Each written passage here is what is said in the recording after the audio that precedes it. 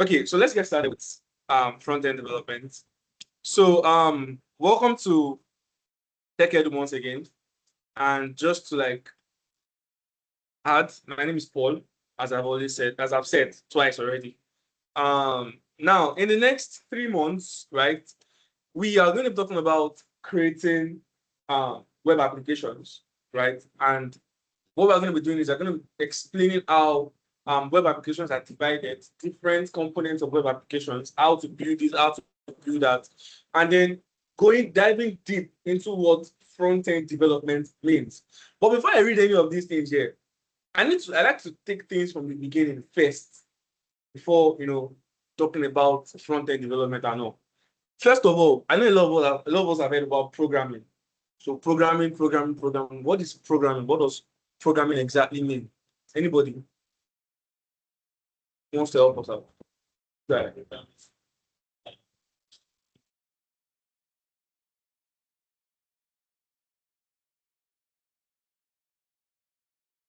Exactly. Exactly. Right. Programming is it's an action where you give the computer instruction and everything. Exactly. That's perfect. Two nice definitions. So just to shorten it, programming is saying I have a computer and I'm going to tell this computer I want you to do this thing for me. That's programming. For instance, I'm telling Mr. David, right, that I need you to just close your laptop.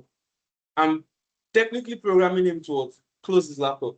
That's programming. I'm telling him what to do. It's the same thing with your computer. Okay, I want you to build this website for me. In fact, I want you. A lot of us have probably used Microsoft Word here, right?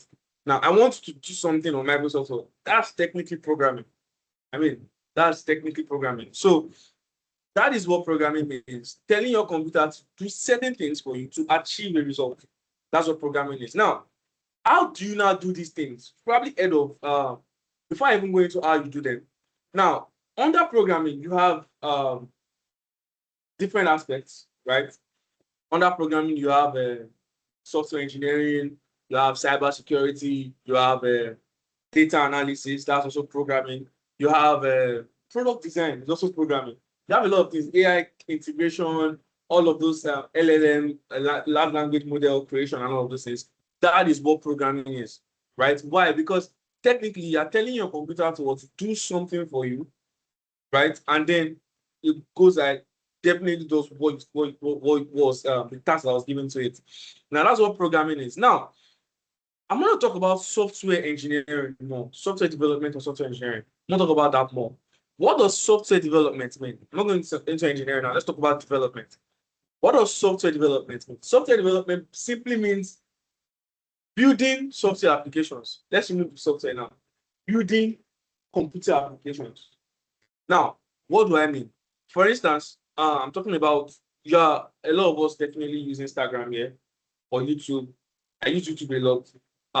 Instagram, YouTube, Twitter. I think that's a lot. That's our list. But those are software applications. Why are they software applications? Because you can download them on your phone and then you can easily integrate or use their services on your phone, mobile devices, or on your laptop devices or any device at all. That's what we call the software.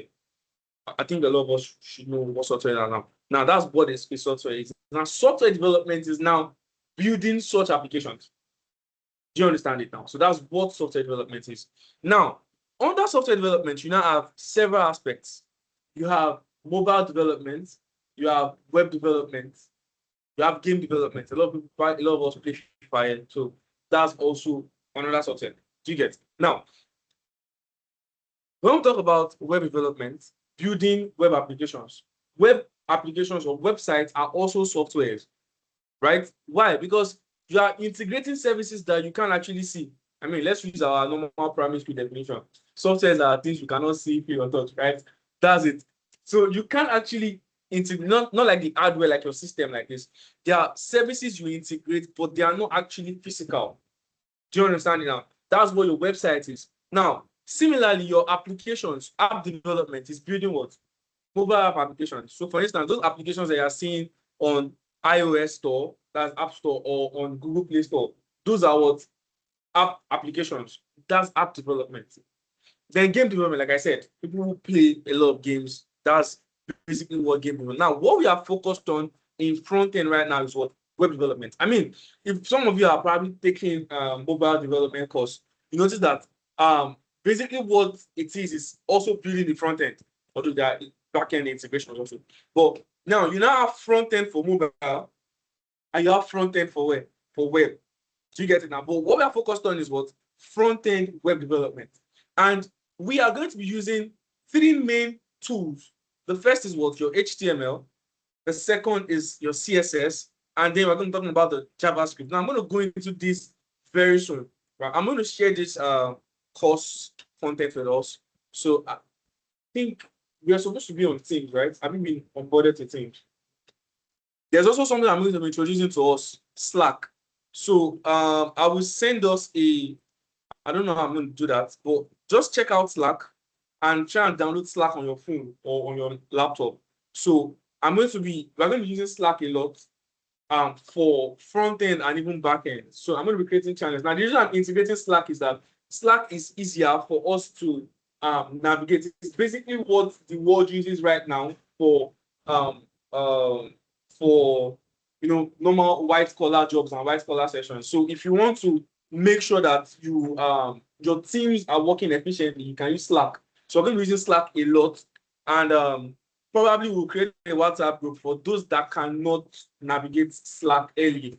So we'll create a WhatsApp group for them. Then we'll move over to Slack later.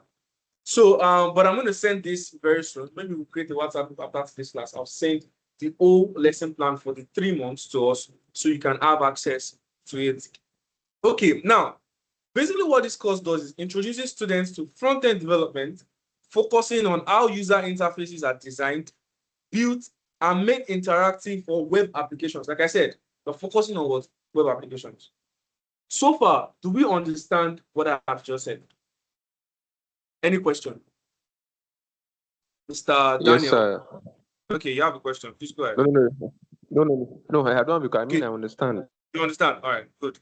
So now, we'll be using 3 main tools, like I said. The first is you learn about the foundational technologies of the web. First is HTML for your structure. I'll get into that very soon. CSS for styling, and then your JavaScript for interactivity and functionality. Now, then we'll talk about some tools like Git and GitHub.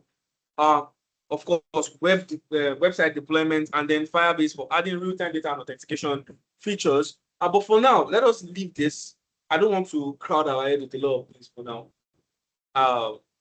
So now that's basically what we're going to be doing for the next 3 months in your front-end applications. Now, in your front-end course, for week 1, I'm going to be introducing us to programming and the web, which I've started with today. Then week 2, we'll talk about HTML and semantic HTML form. Then semantic HTML and forms. Week 3, we'll talk about CSS basics. Week 4, we'll talk about CSS layout. Week 5, we'll talk about responsive design. Week 6, we'll get into Git and GitHub. Week 7, web hosting. Week 8, we'll talk about JavaScript, introduction to JavaScript. Week 9, we'll talk about JavaScript basics. Week 10, we'll talk about DOM manipulation. Again, this might sound big, like the names might sound big, but they are very easy to understand. But there is an if.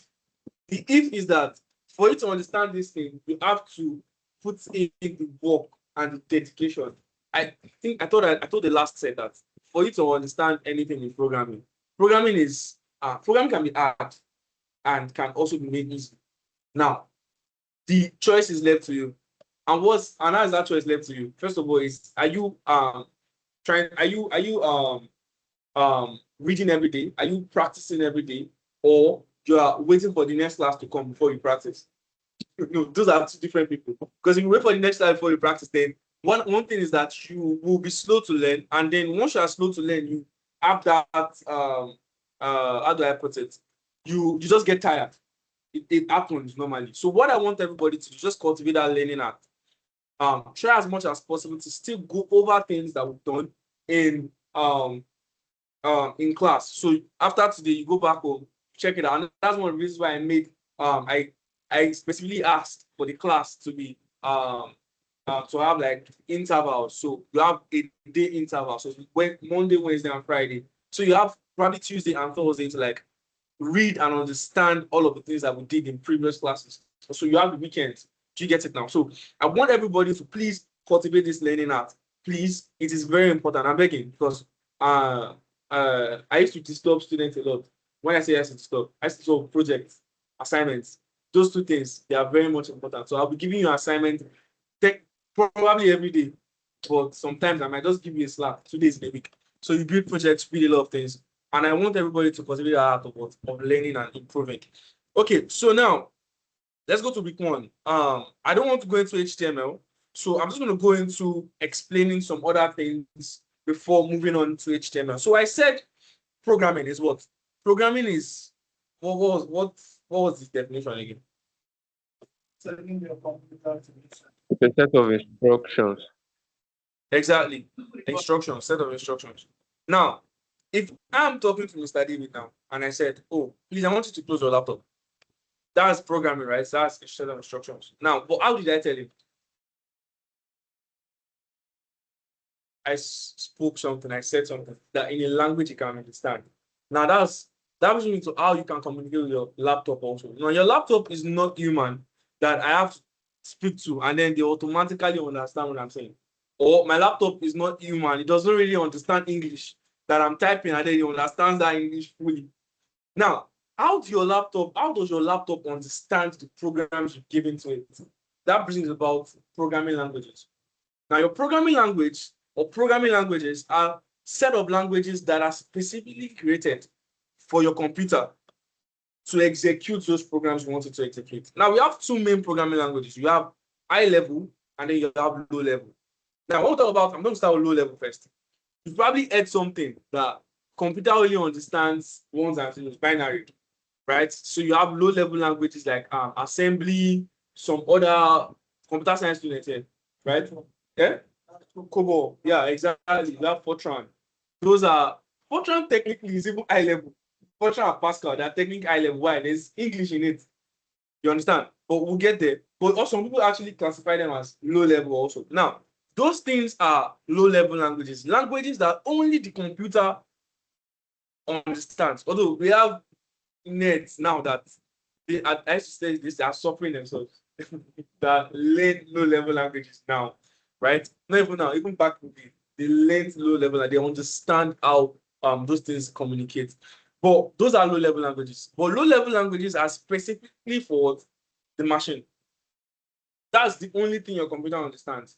Now, you might not be asking me that, oh, if low-level languages are the only thing your computer understands, how then are we now writing JavaScript in English or high-level language? And then JavaScript is somehow your computer understands what JavaScript is saying. We'll get there. Now, we have high-level languages. High-level languages are human written languages that you understand, and then you can now use what give your computer set of instructions for it to perform or execute. Now, how does your computer understand high-level language if technically it only understands low-level languages? There's something we call a compiler, right? In programming, something called compiler. Compiler will help you compile or translate whatever language you've written in high level to a low level or a machine language, setup. You understand? So if I'm writing JavaScript now, there's a compiler that automatically compiles it into low level that your computer will now execute. So for every text you write in your JavaScript, there is a low level for it. So if you write A, there is definitely a binary language for that, that gets compiled. Now that is basically how all of those things work in the background. Now you might be asking, why do we need all of these things for programming? I specifically believe that if there are some things that you should know as a programmer, like they ask you, you know it instantly. And why do you know these things? Because they prepare you for job interviews. Now, all of these things, you might be looking for a job interview as a front-end developer, and they're asking you about what is low level, what is high level languages. Like it is normal. Tech companies will definitely want to test your knowledge. If you really know these things in depth, or you're probably just watching YouTube to code.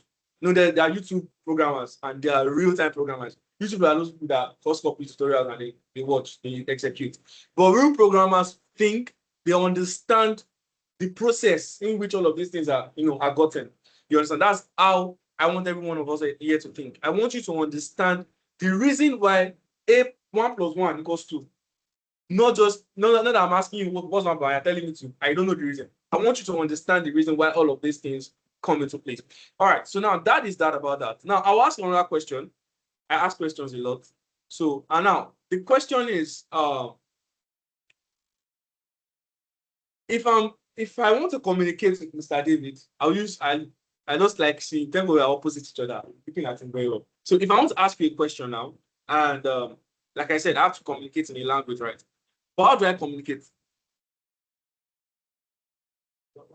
With my mouth. Exactly. That's a very nice answer. That's how I communicate.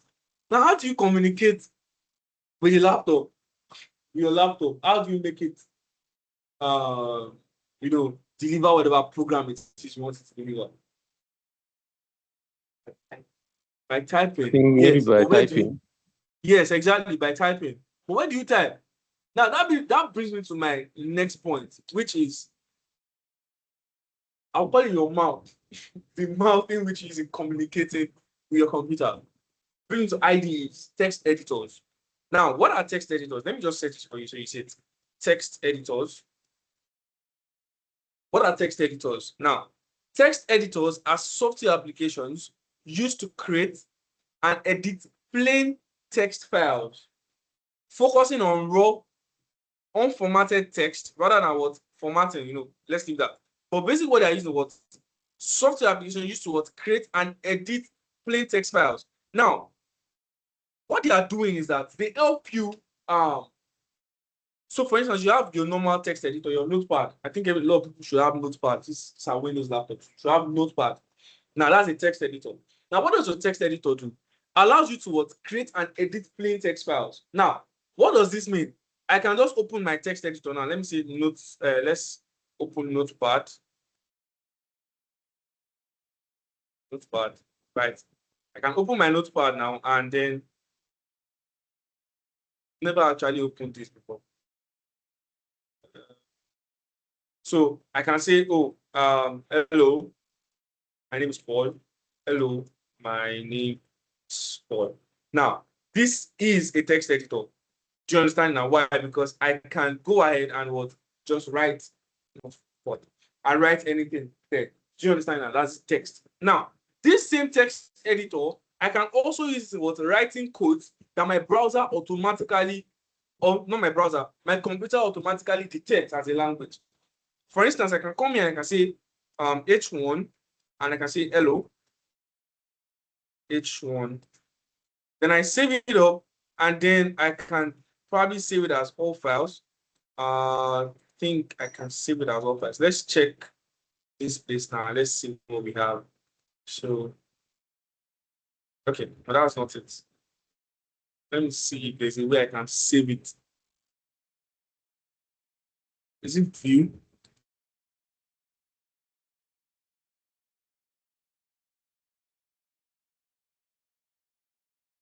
Okay. So let's try and open it up now. Let's see what we have. So now, what I have just done here now is that what I've written a particular text here. I'm trying to see if there's a way I can open it up in a browser. I've never actually used this particular text editor because I feel it's suffering to start using it to write code. But now that's basically what the text editor is. Now, let me just give you a plain explanation of what it is. Text editors are those applications that are using what writing code. That's it. That are using what programming, writing programming languages. And why do you use it in doing this? Because you want to be able to communicate with your computer. Now you have various types of text editors. I hope our laptops are fired up. Now we have various text editors. We have VS Code, which is the most popular. I know a lot of us know VS Code here. You have Sublime Text. You have Notepad++. You have Atom. You have Cursor. Let's check. Yeah, Atom, Cursor. You have Vim, right? You have a lot of them. But the one that we're going to be using for this course It's going to be VS Code. So I want everybody to go to Google on their laptop and search for VS Code. So search for VS Code download and try to download VS Code. So you should see download Visual Studio Code for Mac, Linux, and Windows. So try and download VS Code. Can I take this session down? Are you sure that's it? Okay.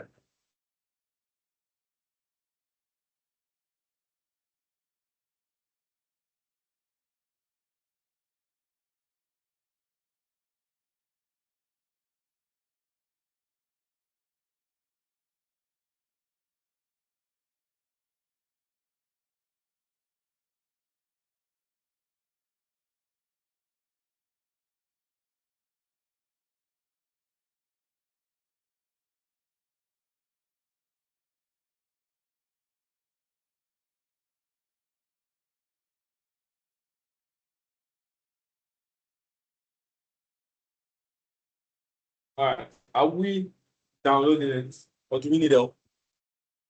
Do you have VS Code? Do you have VS Code? Do you have VS Code? Do you have it? VS Code. Okay, so you don't have it, have you? Okay, so let's wait for, so what's the name again? Victory, yeah. So let's wait for Mr. Victory. So, and Miss, is it Gift? Sorry. Tina, okay.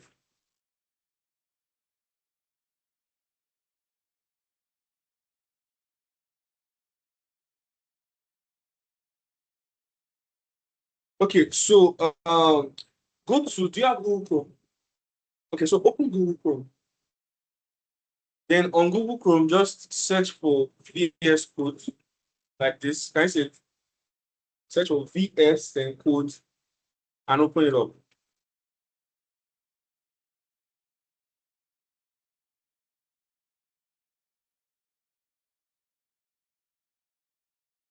Is it connected to the internet?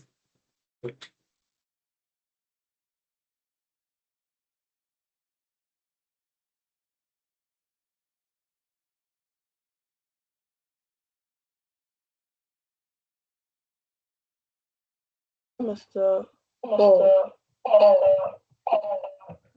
I'm so sorry.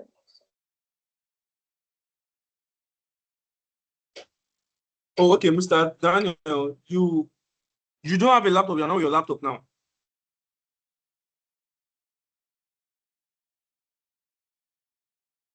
Hello, Mr. Daniel. I don't have one. I don't have one. Okay. So will you build your laptop before the next class? Yes, yes, I should. Yeah. Okay, all right. That's fine. Uh, Yes, so you're on Mac, right? So download the one for Mac. Yes.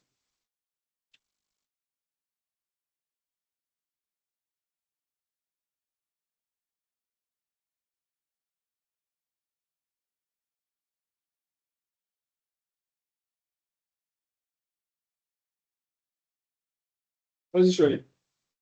Just download it. So once it's done, just let me know. So you just click on it and install it.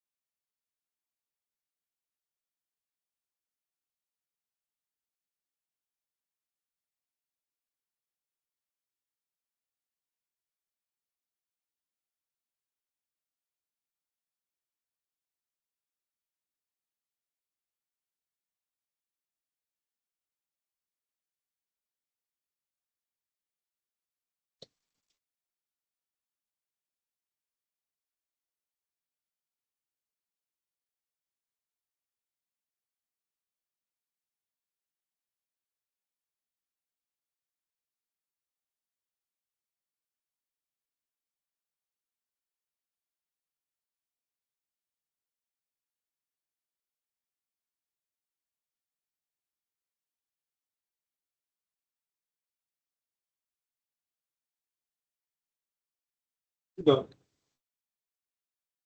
How about you, starting to it? Have you studied? Okay. Probably the network. Okay.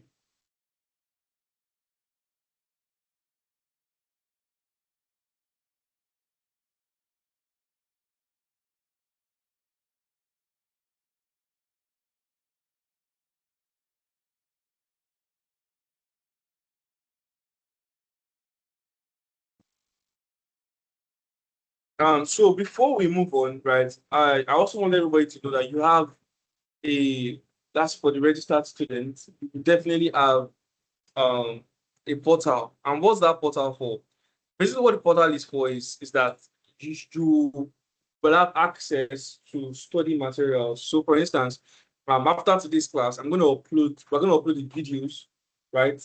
The live recording to today's class, and we're going to upload it on that portal. So you can probably go back, watch it again if you didn't understand certain things, or you just want to just go back and watch it. Then you also have things that you can read right here. So we have a markup, all of this. You can go ahead to read it. So you have your week one HTML tags. I've even set up the assignments for week one also. Then I even have slides that I uploaded right here. I think I uploaded this slide. Okay. So I know yet. So there are slides also that have been uploaded that you can go ahead and check out. So for instance, slides to week one is week one slide, right? You can go ahead and then understand how just watch it and understand how exactly what we are saying here. So yeah, this is one slide. I think this is it. So you can just go ahead and check it out. I've uploaded all of these slides there. Yeah, so that's it. Has it downloaded now? Almost. What about you, Mr. Bigger? Okay, good. So any questions so far while we wait for the rest of the class?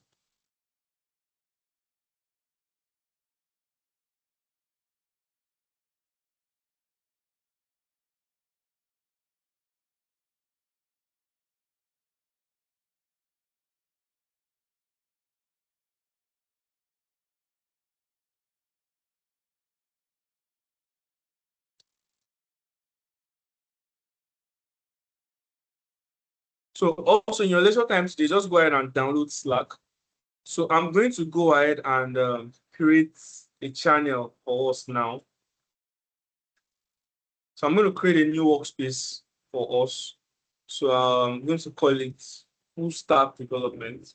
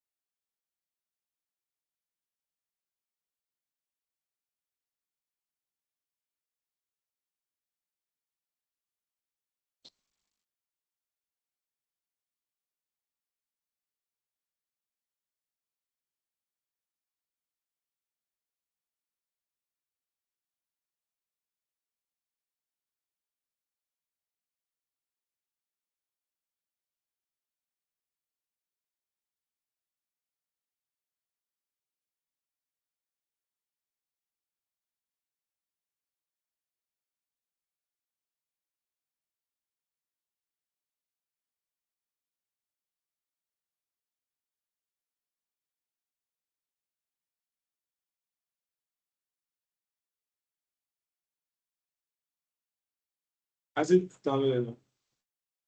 Okay.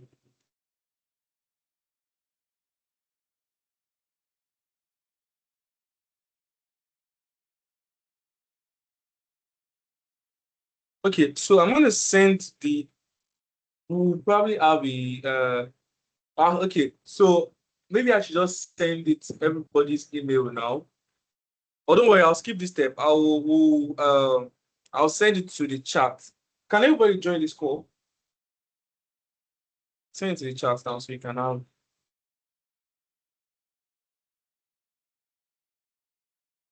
So I just sent the Slack invitation link to the chat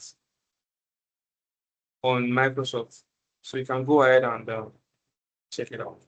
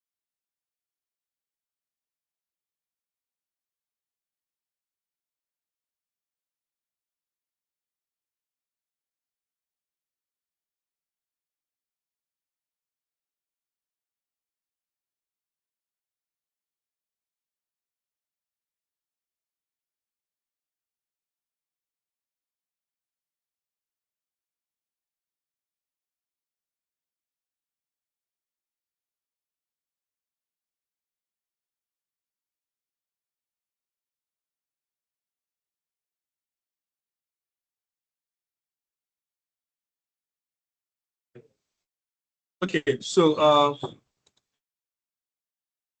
this is David joined. Okay, good. So I'll add you to I'll add you to the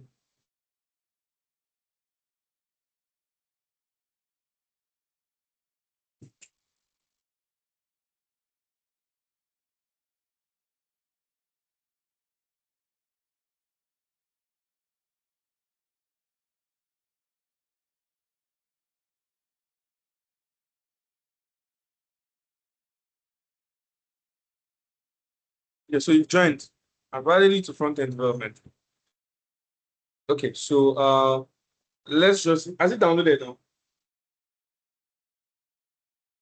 Can I just release it? Nah, bring the laptop.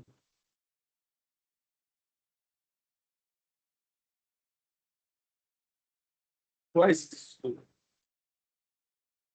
What network are you using? The TechEdu network. It's showing resuming, so it has stopped. Are you using the TechEdu network? Okay, let's just connect to.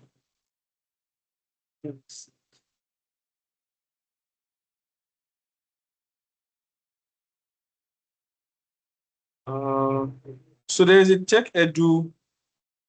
What's the name? There's a TechEdu Wi-Fi for everybody to join. So I've forgotten the password.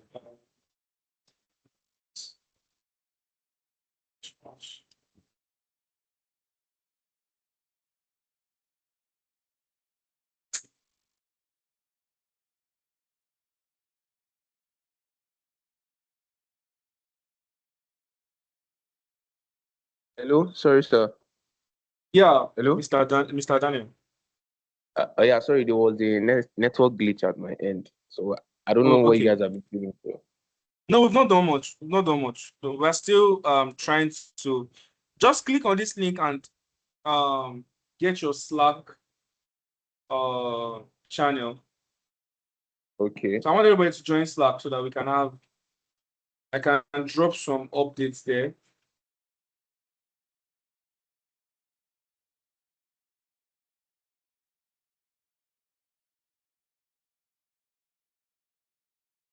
I can't see the link. Check the chat. It's in the chat. Okay, chat box. Okay. Yeah. I can't still see the link.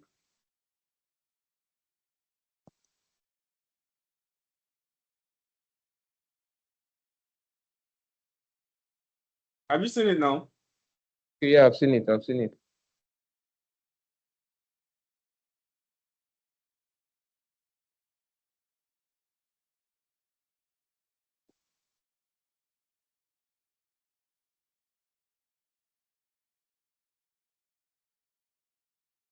How many of us have been able to join now?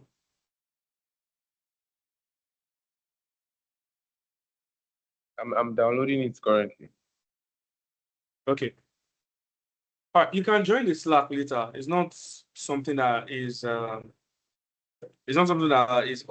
Although it's urgent, but you can download it later. I don't know. I think there is a network problem here.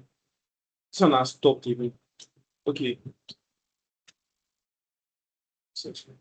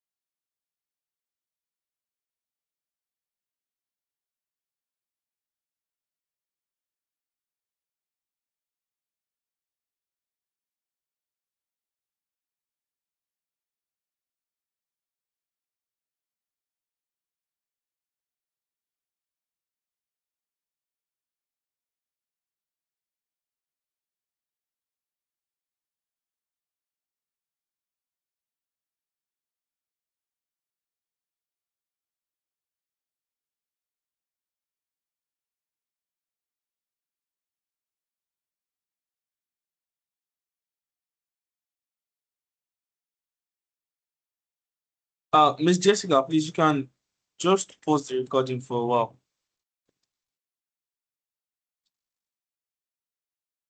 Thank you.